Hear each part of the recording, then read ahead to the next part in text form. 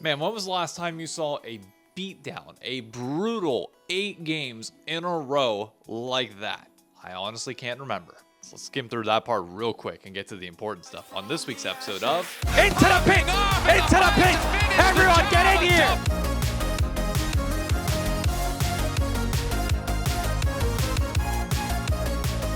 Quick announcement for those that didn't see it on Twitter or TikTok. We were watching this Sunday's games. Team Liquid, 100 Thieves, FlyQuest C9, and the tiebreaker afterwards to see who gets first and second seed going into Sao Paulo at OSNYC this Sunday. I'll be there. It's free. You don't have to pay anything to enter. Just show up, come and have a good time. And I am going to start a 100 Thieves hype section. If you are wearing anything 100 Thieves or a 100 Thieves fan, sit near me. We are getting loud during this series. I want it to be louder in LA because guess what? LA doesn't have fans in the audience. We're in the side studio this week. But we're going to have fans together in New York on Sunday. Come on by. Look, there's really not much to talk about when it comes to last week's games. They were brutal. What is interesting, though, is to take a look at the two different reactions that you can have on both sides of the series, because I got the chance to catch up with both UmTi and rookie top laner Srtty from Dignitas after their series together. Take a look at the different reactions between the two of them. Legends is back. Can I really complain at the end of the day? You can. I'm not going to. I mean, you guys got a 2-0. Is there anything to complain about? Come on now. It's a dub. Yeah, I don't know. I just don't know how to speak that then. I always say just language barrier for the English. Yeah. So, what do you think of the series today? Serious? I think, yeah, we were screaming like very volatile, but yeah, we knew that it's not gonna happen at stage because they're gonna play like very safely, like not like scrims. So it was kind of predictable place, and yeah, it was kind of satisfied as a 60%, but I think probably 40% were not satisfied from our team. Yeah, we didn't play that perfect in my end. Your Wukong in game 1 notably got some flack from some people in the community. What would Flack, sorry. Yeah, like some trash talk. Like people were upset with some of the I plays. see. What would you say to some of the people that didn't like that particular game? Oh well, like I didn't actually play well at the games, like at the fights, but there are already evidence that why I played like that. But there are some plays my team like kind of just over position or something. But you know, they just want to hate me or something. I don't care about it too much though. Like that's my team stuff. I like that mentality. I mean, you guys gotta see you 2-0 this week. Next week you play 100 Thieves to qualify for Brazil. Are you worried about 100 Thieves? Are they scaring you at all, or confident? I mean, I actually just don't care about the winning or losing right now. Like wins, well, I will go like Brazil right now straight. If I lose, let's go Rosenborg and just play one more game. It's fine. And you know, if I lose like 2 games in a row, like oh well, I guess it's a vacation and grinding time. You gotta play like the game regardless. Yeah. I mean, anyway, I'm playing. If I take any side, I'm just playing the games for practice and grinding. So, you know, whatever. What are your thoughts been on the new season now that you've gotten the chance to play it both on stage and solo queue? I actually don't like Noxus season because I don't have a favorite champion in Noxus. I would like to play the Ionia seasons or the I don't know what it calls in English, the Shadow one. Shadow like a Viego, yeah, like Viego, Hekar, Mordekaiser. Like I don't think Mordekaiser will change to Noxus actually. Yeah, it's like Viego type of champion. Yeah, I think that story was like kind of interested to me, like Maokai Yorick. So I would like to play that season or Ionia season, and I'm very excited because I think Riot is gonna change the season soon. Yeah, I know. They confirmed that Ionia is probably coming at some point. I don't know if they haven't said anything about the Shadow Isles because I know we had like when Viego was released, that was the whole like Shadow Isles storyline. Yeah. This is now your second year on Team Liquid. Still, how's everything going over there? Like, is it better the second year around? Sophomore, like, is it better? Like, what's your thoughts on TL year 2? Do you know there's a curse that always 2 go fucked up? Wait, you like let's say movie 2 or like No. let's say let's say some movies kind of seeing like something 1 is very good. Let's say it's like a Frozen something like Elsa. I don't know. Yeah, and that 2 is going more bad than 1. You know, original 1. We call that the sophomore slump. Yeah, I mean that can be happen to us too. You know, but I think right now the flow looks good. I think we are kind of being increased about more like because we had a failed already about the experiences, and my coaches are doing very hard work for it. Rainover, Swiffer, and Spawn is doing very hard work for that. So I'm kind of confident to being more improved on playing. So probably I hope it's not being too. Sounds good. Just got the notice that you got to dip out. Anything you want to say for the TL fans out there? Thank you for sharing us today, too, guys. This is a kind of serious stage right now from to the Brazil with against the 100 Thieves. Well, let's see. I think we're gonna win. I'm very confident. What's up? Oh, not too much. Sorry for the loss, but nevertheless, congrats on the debut. How's it feel to be on the big stage? Dude, it was so exciting. I was actually like, I was so happy, especially because like, APA and Yon, I used to duo queue with them when I was like solo queue random, and they were too. Back in the day, so it was like kind of cool versing like people I used to play with, you know. Game 1 looked pretty good as well. I mean, again, I know a loss, but there were a ton of positive signs. Social media, I don't know if you've had a chance to look at it yet. I haven't, no. All in your favor. Like, everybody's excited, and that's it's like sweet.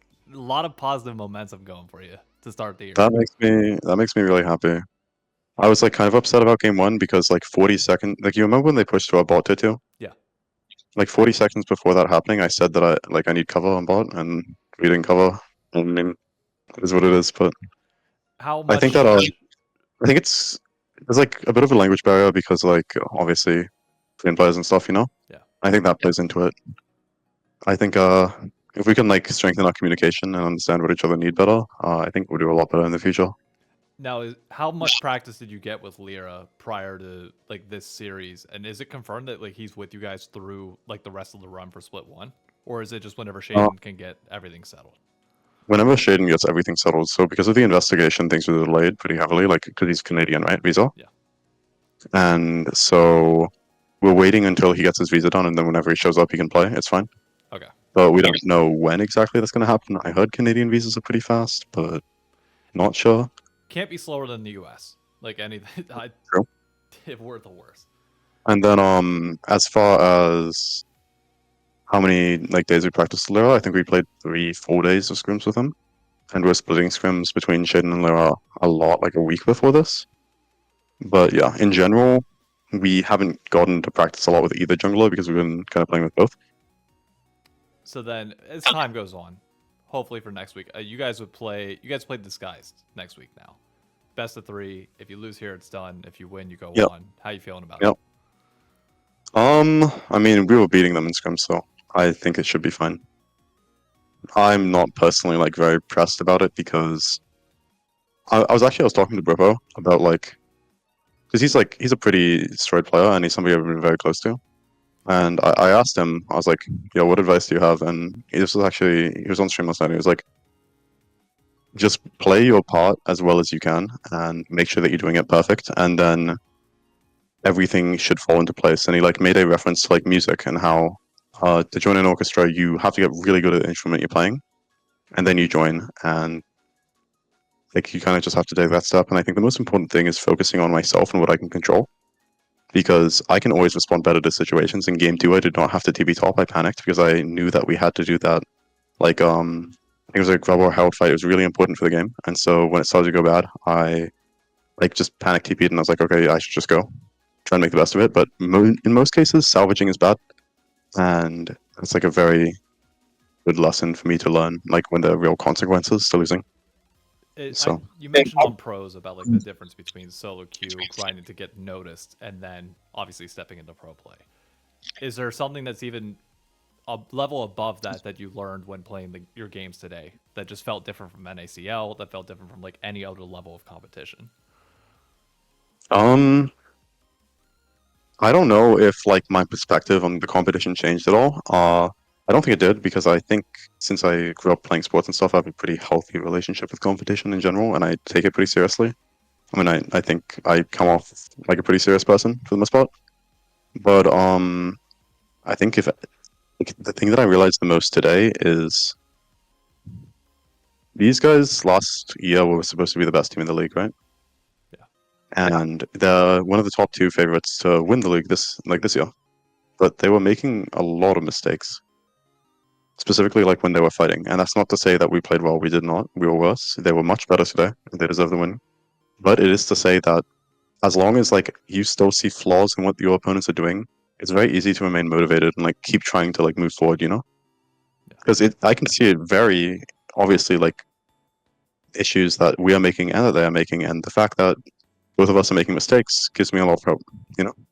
Final thing I got for you. You said you played sports. What sports? I competed in state for skiing. I did ski cross and grand slalom. I ran state. I was actually, I think, qualified for nationals for sprint, 100 and 200 meter. And then I played rugby and basketball in school. We would go on like tours around Australia for rugby and stuff for our school. So you're not fucking like around when you say that you were a competitive person. Like you're playing like yeah. That's the highest level. Like I'm assuming at that point you then ventured into esports, but like high school state Yeah, I level got is, injured. like, I ended up like fracturing 3 vertebrae in my back. So then I started playing video games. It's like, oh wait, I can't walk at a fast pace or else I'm in excruciating pain, I guess. I'll sit down and play video games now. holy Gotta shit. be something. So off-season trip to Utah then, to Salt Lake City and go skiing a little. Are you able to do that now still, like at least at a recreational level, or no? Yeah, 100%. I'm completely recovered. No issues at all. If I had to go somewhere, probably go Aspen. It's where I learned to ski when I was a kid. So, the mountain like the back of my hand. Damn, good for you, man. Any shout-outs you want to give to the fans here? I know we're out of time, and Riot's gonna get on me here shortly. Yeah, it's okay. Just thank you very much to anybody who supports me and anybody who supports my team, especially when teams are having a rough time. I guess it's a little early to say that for us, but fan support means a lot. I appreciate you all a lot. I appreciate you for doing this interview and creating content for the fans. And just thank you very much, everybody. I will try and do better next week, and I will make sure I keep improving. And I will make sure that I give you guys something interesting to watch. Thank you so much for your time, man. If they do not know, you post a ton of videos to YouTube. Go check out your shit. I do. Thank you. Thank you, man. I appreciate it. Yes. Enjoy your afternoon. Yeah, sounds good. See ya. You too. If there was more to touch on when it came to those games, I'd mention it here, but I don't. So let's move into the most important conversation of the week other than the game's upcoming itself, and that is stream scrims. This has been something that I talked about last week, something that I've been very vocal on social media about, to the point where somebody actually asked me whenever I said, like, I'll do everything within my power. And they're like, what power do you have? I have the power to be able to keep things within conversation within the league community, at least in like a tiny capacity. And that ended up overflowing then, as Blippo then brings it up on broadcast last week, that FlyQuest was looking for people to specifically scrim on stream or stream on scrim. I keep messing up the words. And there is a very clear divide across all of League, all of North America, of people who are against it and people who are for it. Now, I actually didn't show you all of that UmTi and Srtty interview because I cut out the portion that has to do with stream scrims, because the dissenting opinion can actually be seen in UmTi's response to this. There's been a lot of talk about streaming scrims lately. Would you be down to stream scrims, or what's your thoughts on it? So if I'm a streamer, I'll be down. As I'm a player, I don't think we should stream it, because it's gonna be like, very giving the information already to like fans too, and especially for the teams. I think that's kind of, to me, it's like just giving information only and just fight like that is weird. It's not looks like a professional. Like, it's just showing the, like, let's say it's a soccer. You show the every practice and plans to them, Then who's gonna focus on the scrims then? Like, that's my worry about that, because someone is gonna just say like they play bad, and they're gonna say, oh, this is just like showing scrims. Why should I like play very, very, very well? Like, kind of this thing, like very good excuses to use. I'll be very angry if someone use that. What would you say then that we need to do to grow North America and League of Legends? Mhm. Because the argument for streaming scrims is that Yes. it gives more content for like viewers like us to watch, since North America already has the lowest amount of games. You guys obviously don't play as many stage games as the LCK does. The LCK is on like 4 or 5 days a week. You see your teams play 2 best-of-3 series. What do we need to do to increase content and popularity and make it so that you guys are as popular as, say, Bjergsen and Double if we're back in the day? I mean, it's a kind of hard question. It's like, if you guys want to get the viewers like that, I think the best for like very important thing is actually have to get a rookies to like, that someone want to be a pros, like a very like talented player. A lot of rookies, like let's say in Korea, like Korea solo queue and LEC solo queue, there are a lot of like just like CK players, like CK players, or like LEC even like the like minor academy members a lot. Like they are trying to compete with it. Like the good amateurs, but in NA solo queue, I see very often. I would say it's like a lot of players are just playing league already, or like one tricks, and just playing for league as enjoying. I actually think that increasing is very hard from right now in the 5 years right now. So have to be looking longer. Like bro makes more competitive. Like even I would say maybe league is not easy to grow. Maybe Valorant has a hope, but I think it actually looks tough to increasing right now. Even though you guys make contents with the scrims, it's gonna be just like few months. I promise with that. Yeah. Okay. It's just an interesting conversation because it's like from the community front. Like obviously we want this all to succeed. We want like the stadiums sold out. Like we look at the LCK and they're selling out 15-20,000 for finals. And we've got like 8,000. So it's like how do we get to that point? So everybody. I mean, there are too many players in Korea and LPL already like kind of competing, even though they are not pros.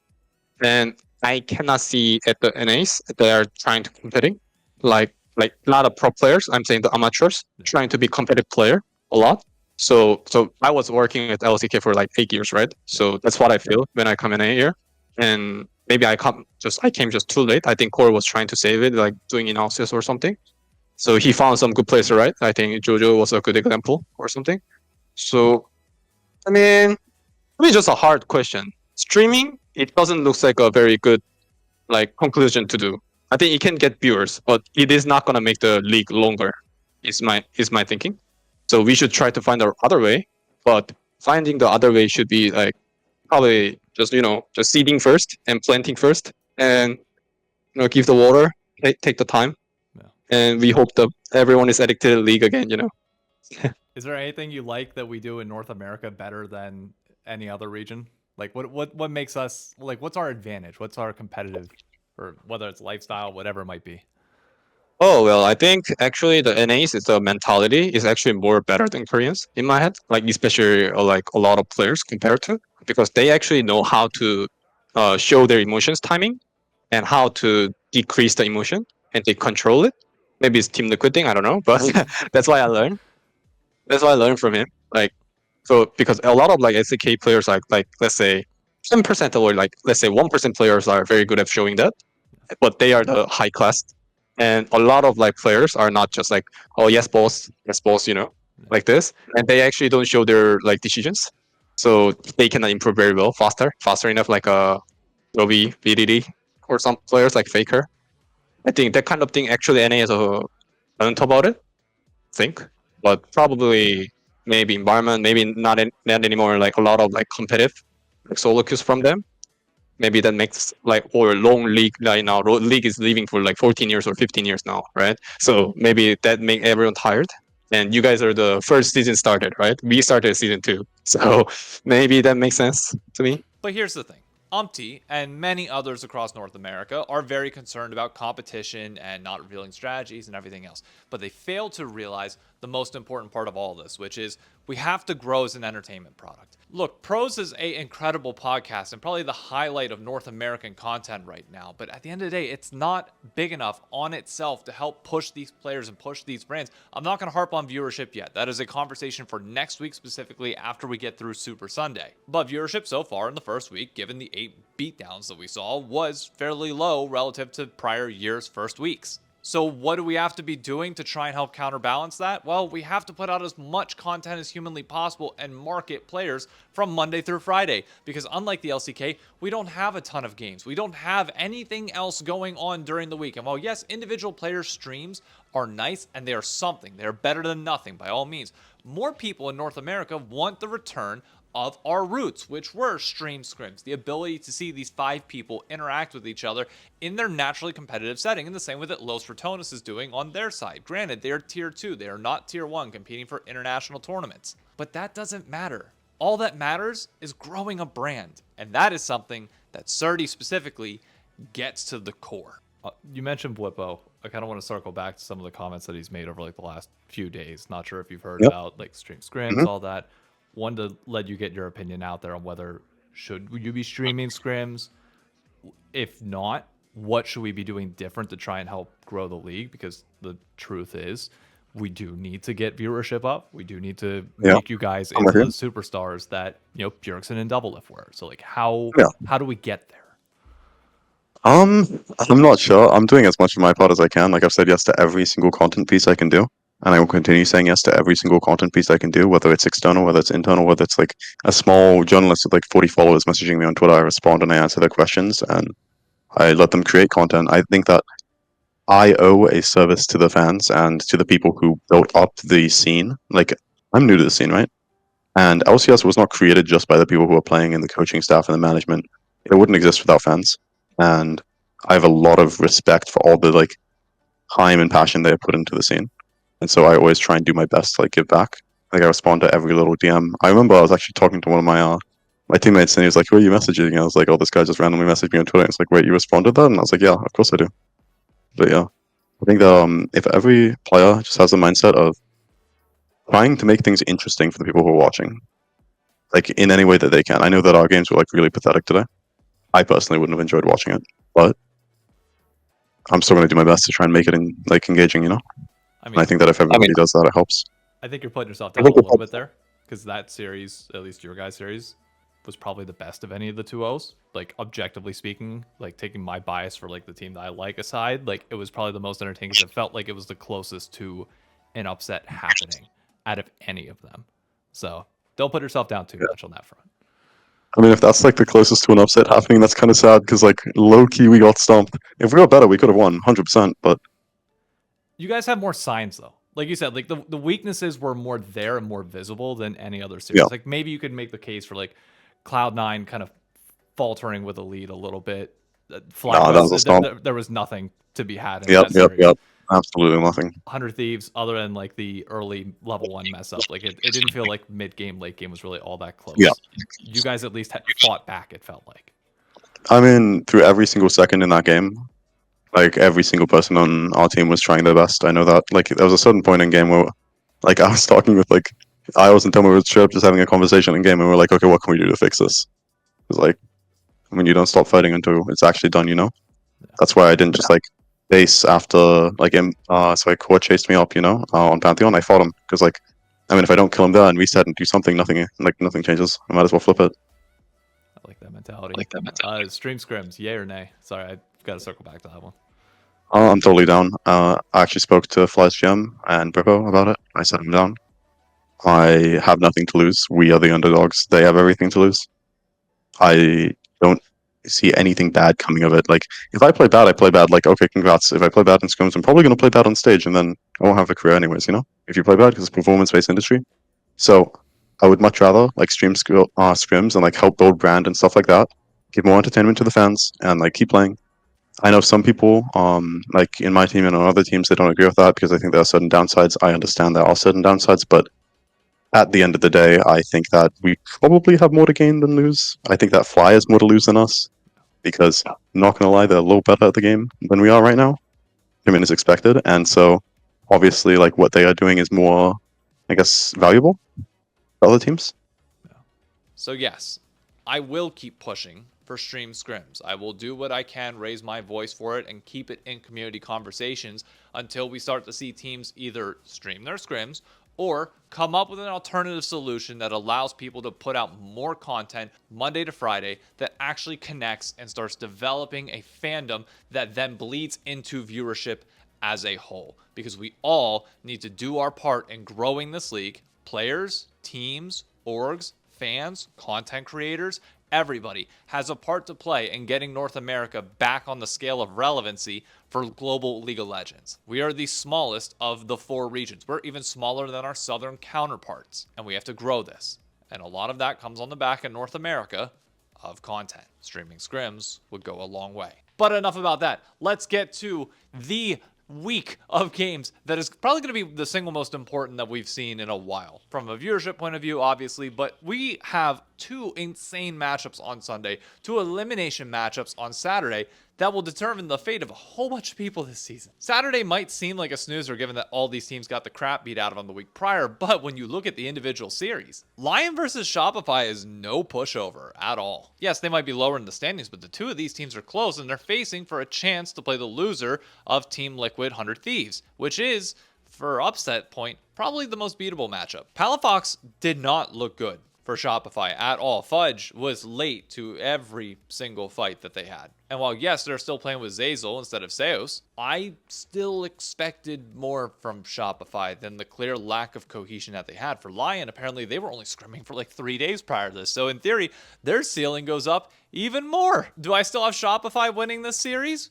Yeah, I do. I think they'll bounce back. I think they'll be a little bit better when they don't have to play against the best team in the league versus Lion, who got C9, who's notably worse than FlyQuest. I'll touch on that here in a minute. And Lion support playing on incredibly high ping still is like tragic. Like it sucks, but it kind of is what it is. So if you're telling me who I had to take out of Zazel versus a support playing on 70 ping, yeah, I'm going with Zazel, other than the fact that obviously I think there could be a problem in the mid lane. If Lion ends up winning this series, don't be surprised. Like, I'm calling it now. There's a chance Insanity gets signed to Shopify Rebellion pretty quickly as competition for Palafox. I'm not saying the two series cause you to have like a problem, but yeah, I am.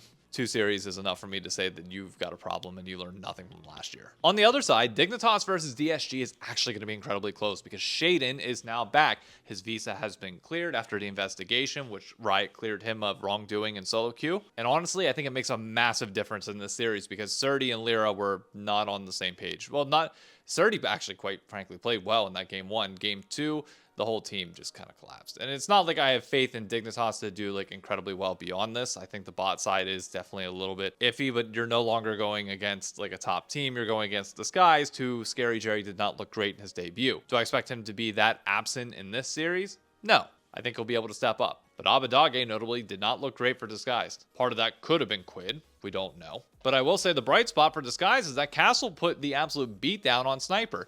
Now, do I think he's going to be able to put that same beatdown on Srtty? Personally, no. I see Srtty as more of a more disciplined top laner, even though he's a rookie, versus Sniper, who's just balls to the wall at all times. So I think like the one really positive thing that you were looking at for Disguise when it came into this series was the absence of jungle on the other side, as well as a top lane advantage. I think the top lane advantage gets neutralized, and I think with Shaden in, regardless of whether he's practiced a lot or not, don't care. I think they're better. Dignitas 2-0 in that series. That then sets up for Sunday's matchups, which are incredible from start to finish. First up, 100 Thieves versus Team Liquid. I think if you're looking at any upset this weekend of the two like matches on Sunday, this is the one that you look at. Yes, 100 Thieves did not look great in my opinion in their debut. Sniper notably had a very rough week. Quid had a pretty good week. Same thing with FBI, but River was kind of absent, which you will not be able to do against Team Liquid. TL also didn't impress me as much. These are two squads that like have the potential, if everything clicks, to bat above their weight and for TL to possibly beat FlyQuest, for 100 Thieves to be on FlyQuest level, assuming they develop as time goes on. But for now, we're not in that final stage. We are in the development portions. I think everybody and their mother is probably going to pick Team Liquid in this series, especially given last week. But I'm wearing this for a reason. If you think that I'm letting my bias aside for this one, no, I'm not. Give me 100 Thieves 2-1. This is a matchup of the week to watch, in my opinion. I think it will be the closest, but also the most volatile series. It could get messy really, really quickly, and I love that. It's entertaining and it's fun. And then you have FlyQuest C9, where stylistic mismatch here. Okay, C9, great early game team. We've seen them get leads in lane. We've seen their individual mechanical prowess, but whenever it comes to team fighting, there's nobody better in this league than FlyQuest. And after the amount of calling out that Bwipo has done over the last week, you would assume that they're ready for this. The fact that Bwipo revealed his entire top lane draft priorities, so C9 should know exactly what to expect. They know all of his counter matchups that he is willing to take in this series if need be. In theory, C9 should have a draft advantage. Will that translate to a win? No. I don't think so. I don't think it will. I think FlyQuest is just head and shoulders above everybody right now. And until we see something or somebody level up to be able to beat them, yeah, I have no reason to pick against FlyQuest. Busio and Masu are incredible. Like, as much as people want to hype up Sven and Vulcan, like, I'm telling you, this FlyQuest bot lane is just something different, man. They're continuing to get better and better. And I'm thinking it's bot lane kingdom this entire series from Busio and Masu. If I'm wrong, then maybe there's a chance. Maybe Impact can get the better of Whippo. Maybe, I mean, what else is there to say about Quad at this point? He's the best mid laner in the league. Loki, while not bad, still had some mistakes. So yeah, I do that. And Thanatos, maybe he'll be able to get an advantage against Whippo and lane, but does that mean that they're going to win the game? No, I don't think so. But I'm genuinely like the most excited for this week's like slate of games than I have been in a while. In an ideal world, after we just watched 4 different series fall flat on their ass last week, if all 4 can deliver bangers this week, oh man, are we set? Because if they don't, and if this weekend ends up being a dud, oh, this creates some interesting problems for later in the future. But for now, we hope for the best. And if you need a reminder, we are watching this weekend's games in New York at OSMYC on Sunday. All the banger matchups, including the best of 1 tiebreaker to see who gets first and second seed going into Sao Paulo. Yeah, we're watching it all in person. Come on out. It's free. Have a good time. Thank you for tuning into the pit, and I'll catch you later. See ya.